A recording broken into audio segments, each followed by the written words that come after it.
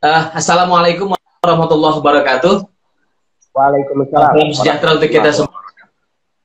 Teman-teman kalian, selamat datang, selamat sore selamat datang di akun Instagram Chandra Society. Ini adalah akun resmi yang kami kelola. Nah, sore ini kita akan berbincang tentang manusia ikhlas. Ini tema yang sering dibicarakan. Tema apa ya? Ikhlas itu sesuatu kata-kata yang gampang dibicarakan untuk menggapainya. Nah, misalnya gini, bagaimana sebetulnya seseorang itu menjadi manusia ikhlas? Lalu sebab ikhlas itu kan bukan apa ya, makna yang dalam makna yang paling sederhana itu artinya dia berbuat sesuatu semata-mata hanya kepada Allah Subhanahu wa taala. Artinya tujuan lain selain yang dituju Allah. Lalu kemudian tidak meminta simpati dari yang lain, tidak meminta pujian-pujian dari tetangganya dan lain sebagainya. Nah, kalau mengikuti bahasa itu, saya sedikit mengutip Cak Nur, ikhlas itu berarti sebentuk kepasrahan total manusia kepada Allah Subhanahu wa taala. Artinya dan Cak Nur bilang bahwa ikhlas itu bukan sesuatu yang statis. Jadi bukan sesuatu yang kalau kita sudah raih, dia udah bukan begitu, tetapi ikhlas itu sesuatu yang dinamis. Jadi dia menuntut untuk terus diperbaharui, dia menuntut untuk terus dilatih dan sebagainya. Jadi seseorang tuh ikhlas itu ya kalau dia terus melatihnya. Nah, inilah yang sebetulnya akan kita bincangkan pada sore hari ini. Apakah ikhlas itu mungkin bagi seseorang? Lalu bagaimana cara meraihnya, Pak Kiai? Cara meraih menjadi seorang ikhlas itu seperti apa? Lalu bagaimana sebetulnya kita prasyaratnya, katakan begitu ya, prasyarat untuk menjadi seorang yang ikhlas. Nah, ini akan kita bahas. Silakan 15-20 menit pertama Pak Kiai untuk bisa memaparkan tema-tema ini. Nanti kita akan berbincang dengan teman-teman, menjawab pertanyaan yang masuk lewat kolom komentar. Silakan Pak Kiai Taufik. Baik, Assalamualaikum warahmatullahi wabarakatuh. Terima kasih banyak atas waktunya yang pada kesempatan kali ini saya sangat senang gitu dengan tema yang diangkat, yaitu menjadi manusia yang ikhlas. Ikhlas ini kan sebetulnya sangat akrab banget bagi kita orang beragama, terutama agama Islam. Hampir kita dengar kata ikhlas itu sejak kita kecil sampai sekarang ini gitu. Cuman yang jadi masalah ini kan sebetulnya tema dan doktrin-doktrin keagamaan itu kan sangat filosofis gitu loh. Tentang ikhlas, rendah hati, sabar, dan lain sebagainya. Itu kalimat yang sangat sederhana dan gampang sekali diucapkan. Tapi untuk mencapai maknanya yang hakiki, orang itu perlu perjalanan spiritual dan intelektual yang panjang. Nah, dalam kesempatan kali ini kita bicara tentang ikhlas. Orang seringkali mengkaitkan ikhlas itu pasti hanya dan untuk Allah, itu benar gitu loh. Tapi ada efek dari itu gitu loh. Efek dari itu, kenapa kita harus ikhlas? Kita ikhlas itu supaya kita itu tidak sombong, tidak merendahkan orang lain ketika kita berbuat baik. Jadi inti ikhlas itu tujuan akhirnya adalah kemanusiaan. Jadi ketika kita bersedekah dan lain sebagainya, kita itu tidak membuat sedekah kita merendahkan orang lain dan tidak juga membuat kita itu tinggi hati dengan sedekah kita itu. Maka kita perlu ikhlas itu. Jadi bukan semata-mata hanya karena Allah, tapi di sisi lain tidak dihayati hubungan kemanusiaannya. Nah, maka menarik ada satu ayat itu yang di dalam surah Al-Baqarah 263 kalau nggak salah, ayat itu bunyinya begini. Qaulun ma'rufun au maghfiratun khairun min shadaqatin yatba'uha adza wallahu ghaniyun halim. Ucapan yang baik dan ucapan yang memohonkan ampunan itu jauh lebih baik daripada sedekah tapi diiringi dengan ucapan atau perilaku yang menyakiti orang lain, orang yang menerima sedekah itu. Nah, kalau dalam contoh sederhana itu kita umpamanya bantu orang, nih lo gue bantu lo, besok-besok jangan minta lagi lo, kerja yang benar gitu umpamanya. Itu bersedekah tapi diiringi ucapan-ucapan yang menyakiti hati orang yang menerima sedekah itu. Atau lo kerjaan lo minta mulu tapi ngasih gitu loh, atau ngasih tapi mengucapkan kalimat-kalimat Atau bukan cuma ucapan, tapi juga sikap gitu loh. Ketika kita membantu orang lain, hati kita itu memiliki atau pikiran kita merasa kita ini lebih tinggi dari orang yang kita berikan sedekah. Nah, itu di dalam ayat itu dijelaskan kata-kata yang baik atau ucapan doa ampunan itu jauh lebih baik daripada sedekah yang kemudian diiringi ucapan dan sikap merendahkan orang lain, menyakiti hati orang lain. Nah, inilah sebetulnya makna ikhlas. Maka ayat itu kemudian ditutup wallahu ghaniyun halim. Allah nggak butuh loh sama apa-apa gitu loh. Maka kalimat itu atau ditutup wallahu ghaniyun. Ghaniyun itu artinya bukan kaya, artinya ghaniyun itu tidak butuh apa-apa. Tidak butuh apa-apa. Jadi kita itu kadang-kadang berpikir ikhlas itu untuk dan karena Allah, kadang-kadang terjebak bahwa melakukan ibadah itu untuk Allah seolah-olah itu bermanfaat bagi Allah gitu. Padahal ibadah kita, perbuatan baik kita itu tidak ada manfaatnya bagi Allah, tidak menambah kekuasaan Allah, tidak menambah kemuliaan, tidak menambah kebesaran Allah. Walaupun katakanlah satu dunia ini manusia itu semua berbuat baik karena Allah, itu juga tidak menambah kekuasaan Allah. Atau sebaliknya berbuat maksiat tidak mengurangi kekuasaan Allah. Nah, ikhlas itu orientasi terakhirnya adalah kemanusiaan.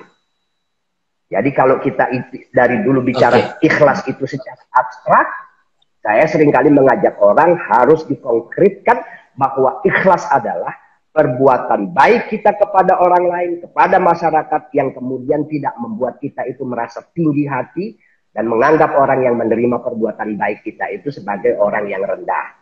Nah, inilah makna ikhlas yang sesungguhnya. Cuma memang dalam terma-terma keagamaan selalu saja dikatakan bahwa ikhlas itu karena Allah, dan karena Allah. Oke, itu benar. Sebagai langkah awal kita belajar untuk menghindarkan diri kita dari kesombongan, dari keangkuhan. Tapi pada akhirnya Allah mengajarkan kita ikhlas untuk dirinya itu pada hakikatnya agar kita membangun hubungan yang setara, yang egaliter, yang rendah hati dengan sesama manusia. Apalagi di bulan Ramadan ini, itu tentu sangat dibutuhkan keikhlasan itu. Jadi kalau ada orang ingin belajar ikhlas, ya harus belajar di bulan Ramadan ini. Tapi harus mengerti literasinya. Betul. Kalau tidak mengerti literasinya, ya orang akhirnya menjalankan ibadah puasa ini ya nggak ada artinya. Maka tahun-tahun lalu, banyak di bulan Ramadan itu orang berpuasa malah menunjukkan sikap sombongnya, sikap angkuhnya, dan lain sebagainya kan. Dengan melakukan hal-hal yang kadang-kadang merusak tatanan masyarakat kita yang sudah baik gitu loh. Bahkan ada yang memasang spanduk hormatilah orang yang berpuasa. Itu kan berarti berpuasa. Gitu. Kenapa tidak mengerti? Karena tidak pernah ngaji dengan baik dan benar gitu. Padahal kalau kita mengacu kepada hadis Nabi aja, ada Nabi itu mengatakan, menyabdakan begini, man soma Ramadana imanan wahtisaban ghufirallahu ma taqaddama min dambi. Barang siapa menjalankan ibadah puasa karena iman ini artinya murni menghayati bahwa oh ini Ramadan, ini puasa, ini perintah Allah loh, bukan perintah siapapun gitu loh. Bukan perintah budaya, bukan perintah masyarakat gitu. Ini perintah Allah. Jadi harus mampu kita itu meyakinkan diri kita menjalankan puasa ini bukan karena budaya, semua orang puasa kita ikut puasa, bukan. Tapi karena memang perintah Allah. Jadi penghayatannya individual, itu makna iman. Yang kedua, wahtisaban. Ihtisaban itu asal katanya hasiba. Hasiba itu kalau dalam bahasa Indonesia itu artinya adalah hitung-hitungan. Dalam bahasa yang lebih mudah kita bisa mengartikan hasiba itu bertransaksi. Jadi orang yang puasa itu sedang bertransaksi hanya untuk dan karena Allah gitu loh. Bukan karena yang lainnya. Itu sebabnya orang yang berpuasa itu memang betul-betul harus memiliki kesadaran bahwa saya melakukan ini hanya untuk Allah dan karena Allah, sehingga tidak butuh penghormatan dari siapapun, tidak butuh penghargaan dari siapapun. Bahkan tidak butuh kemudian melarang-larang orang buka warung di bulan Ramadan, buat bikin spanduk, minta dihormati, tidak. Bahkan orang yang menghayati ini tidak akan mengganggu gitu loh. Bahwa contoh sederhana, kita kerja di kantor, ada teman kita yang tidak puasa. Mungkin karena non-muslim atau mungkin karena memang berhalangan. Ya, orang yang menghayati keikhlasan berpuasa tidak akan menyusahkan orang yang tidak berpuasa. Kalian makan-makan aja, minum-minum aja, ngerokok-ngerokok aja, ngopi-ngopi aja. Saya puasa ya memang resiko saya menjalankan puasa. Bahkan dengan saya puasa melihat kalian makan seperti biasa, minum apalagi ngerokok dan ngopi, itu saya ngiler dan itu artinya pahala saya lebih besar gitu loh. Dibanding saya tidak melihat fenomena seperti itu. Betul gak? Nah, maka dari itu saya sering mengingatkan juga orang yang puasa, kerja pagi, pulang sore, di kantor ber-AC di depan komputer. Itu tentu pahala, besar pahalanya. Tapi lebih besar lagi pahala saudara-saudara kita yang mereka itu kerjanya harus di jalanan. Supir angkot, keneknya, ojek, tukang jualan di pinggir jalan. Itu melihat fenomena orang makan, warung buka, orang ngopi, orang ngerokok. Itu mereka lihat semua. Tapi di satu sisi mereka tetap berpuasa. Nah itu puasanya jauh lebih besar pahalanya dibanding kita yang kerja di dalam kantor. Begitu loh. Maka cara pandangnya jadi positif gitu loh. Nggak ngamuk, apalagi jelas kata Nabi Muhammad itu ada panduan mental dan spiritual ya. Bagi orang yang berpuasa itu, kata Nabi, asyamu junnatun. Puasa itu adalah apa namanya, perisai diri dari hal-hal yang negatif. Maka orang yang puasa itu fala yarfus wala yajhal, jangan berkata kotor dan jangan bertindak bodoh. Pak ini meru'un qatalahu au syatamahu falyakul inni shaim. Bahkan jika ada orang yang menantang dia atau bahkan mencaci maki dia, maka hendaklah orang yang berpuasa itu tidak meresponnya dengan menyadari bahwa dirinya sedang puasa gitu. Jadi ini luar biasa gitu loh. Kalau kita itu melaksanakan ibadah puasa pakai ilmu, itu panduannya jelas. Yang ribet itu di zaman sekarang banyak orang menjalankan ajaran agama tidak didasari oleh ilmu, semau-maunya gitu. Itu yang bikin ribet di zaman sekarang. Diaturnya susah gitu. Susah diatur gitu, semau-maunya. Jadi mereka itu sebetulnya sudah tidak apa namanya terbimbing oleh ajaran agama, tapi oleh nafsu beragama. Dan ini sesuatu yang sangat wajar karena di dalam Al-Quran juga ada ayat yang menjelaskan itu. Apa ra'aitan ladzi takhada ilahahu hawahu. Apakah kalian tidak perhatikan ada loh orang-orang yang menjadikan hawa nafsunya itu sebagai Tuhannya gitu loh. Jadi dia bukan bertuhankan Allah, tapi bertuhankan hawa nafsu. Teriak-teriak bela agama, teriak-teriak bela Islam, teriak-teriak bela Allah. Padahal yang dibela itu hawa nafsunya. Yang begitu itu. Nah, inilah kemudian pentingnya kenapa kita menghayati sikap ikhlas. Jadi, sifat ikhlas itu, sebagaimana tadi dikatakan oleh Nabi itu, puasa itu adalah tempat di mana kita belajar untuk menjadi orang yang ikhlas. Atau kalau saya sebaliknya, bahwa berdasarkan sabda Nabi itu, modal utama orang berpuasa adalah iman dan ikhlas. Iman dan ikhlas inilah yang menjadikan puasa orang itu berpengaruh pada mental spiritualnya yang pada akhirnya akan membentuk kepribadian sebagai orang yang bertakwa. Yang orang bertakwa sendiri itu tanda sosialnya minimal ada 4. Ada di dalam Al-Quran itu tanda sosial orang yang bertakwa itu ada 4. Yang pertama, alladzina yunfikuna fis sarra'i wad dharra. Orang yang memiliki kedermawanan hati, mampu mudah membantu orang, bersedekah dan lainnya, memiliki rasa empati dan peduli kepada orang lain. Ini tanda pertama orang yang bertakwa. Tanda kedua orang yang bertakwa adalah wal kaziminal ghaiz. Orang yang mampu mengontrol emosi, nggak gampang marah, nggak gampang tersinggung. Jadi janganlah istilah-istilah keagamaan itu dibikin abstrak. Ada loh ukuran konkretnya. Takwa itu tadi orang yang dermawan. 2, mampu mengontrol emosi tandanya. Yang ketiga, wal afina anin nas. Mudah memaafkan orang lain. Ini tanda ketakwaan yang ketiga. Dan tanda keempat dari orang yang bertakwa adalah wallahu yuhibbul muhsinin, yaitu orang itu gemar berbuat kebaikan. Senang berbuat kebaikan. Jadi kalau ada orang bertanya apakah puasanya itu diterima oleh Allah atau tidak di bulan Ramadan itu, saya secara pribadi tidak bisa menjawab. Saya secara pribadi tidak bisa menjawab karena saya tidak bisa komunikasi langsung dengan Allah gitu. Betul nggak? Nah, jadi yang paling penting apakah puasa kita itu berpengaruh pada jiwa kita? Nah, 4 tanda orang bertakwa itu harus diperhatikan apakah sudah ada pada diri kita. Kedermawanan hati, mampu mengontrol emosi, kemudian juga memiliki sikap mudah memaafkan orang lain, dan gemar berbuat baik. Itulah tanda ketakwaan. Yang di dalam Al-Quran itu perintah puasa pada ujungnya adalah la'allakum tattaqun, agar kalian menjadi orang yang bertakwa. Nah, pada dasarnya seluruh ajaran agama itu memang muaranya adalah membentuk kepribadian kita sebagai orang yang bertakwa. Cuma selama ini orang menganggap takwa itu abstrak. Bahkan ada yang mengartikan takwa ya pokoknya pakaian, penampilan, ujaran, seolah-olah orang bertakwa. Bukan. Takwa itu tadi tanda sosial. Iya. Kedermawanan hati, mampu mengontrol emosi, nggak gampang marah-marah, nggak gampang tersinggung, kemudian mudah memaafkan orang lain, dan yang terakhir, gemar berbuat kebaikan. Itulah tanda ketakwaan yang ini bersifat universal gitu loh, pada siapapun gitu loh. Gak ada urusannya dengan kotak-kotak manusia, dengan kelompok-kelompok manusia. Itu tadi, siapapun yang memiliki kedermawanan hati, memiliki kemampuan mengontrol emosi, mudah memaafkan orang lain, dan gemar berbuat baik, itu pasti disukai oleh seluruh orang, apapun suku dan agamanya. Maka ajaran agama dalam hal ini soal puasa menjadi orang yang bertakwa, pada hakikatnya adalah ajaran universal, ajaran yang sangat humanis, yang mengajarkan kita itu untuk menjadi pribadi yang bertakwa, yang bermanfaatlah buat orang-orang di sekitar kita. Maka aneh sekali kalau ada orang puasa kemudian demennya marah-marah, merasa tersinggung, lihat kopi marah, lihat warteg marah, lihat restoran marah. Itu aneh yang begitu itu. Berarti dia menjalankan ajaran agama jauh dari keikhlasan. Ya biasalah orang seperti itu karena memang biasanya miskin literasi. Mereka selalu hanyut dalam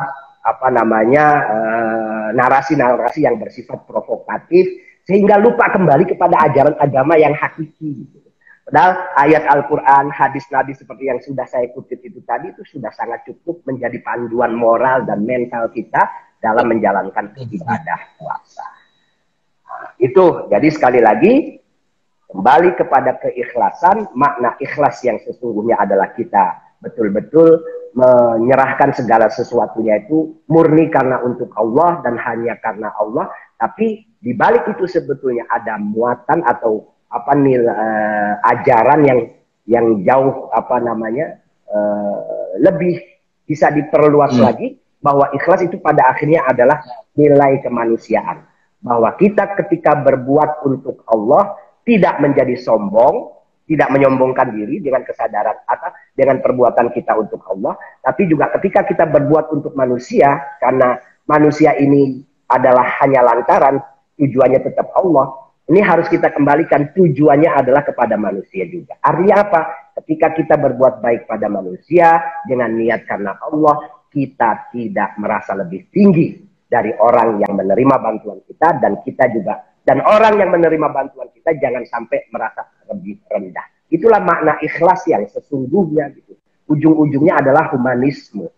Mengajarkan manusia itu untuk bersifat yang sangat humanis. Jadi itu Mas. Nah, iya. Mungkin sampai dulu. Itu Taufik. Terima kasih banyak atas pencerahan pada sore hari ini. Ini kalau saya tadi melihat penjelasan Pak Kiai itu bagaimana seseorang itu meskipun dia menjalankan ibadah, ketaatan dia kepada Allah, itu ujiannya adalah tetap kepada manusia yang lain gitu. Artinya kepada kehidupan sosial ujiannya. Jadi kalau ibadah, kalau keimanan itu tidak merepresentasikan atau memantulkan sifat-sifat ketuhanan pada manusia, itu kan artinya nggak ada gunanya gitu loh. Kalau ngikutin penjelasan tadi, ujung-ujungnya tetap bagaimana amal, berbuat baik, bersedekah kepada orang lain, tapi kamu nggak merasa lebih tinggi, kamu nggak merasa lebih mulia dari. Jadi tetap adalah kerendahan itu. Jadi memberikan seseorang zakat gitu, misalnya berzakat atau bersedekah, itu bukan pada posisi gua ini lebih baik dari lo gitu loh, karena memberi. Nah itu kan repot. Gimana cara ngebersihinnya? Itu kan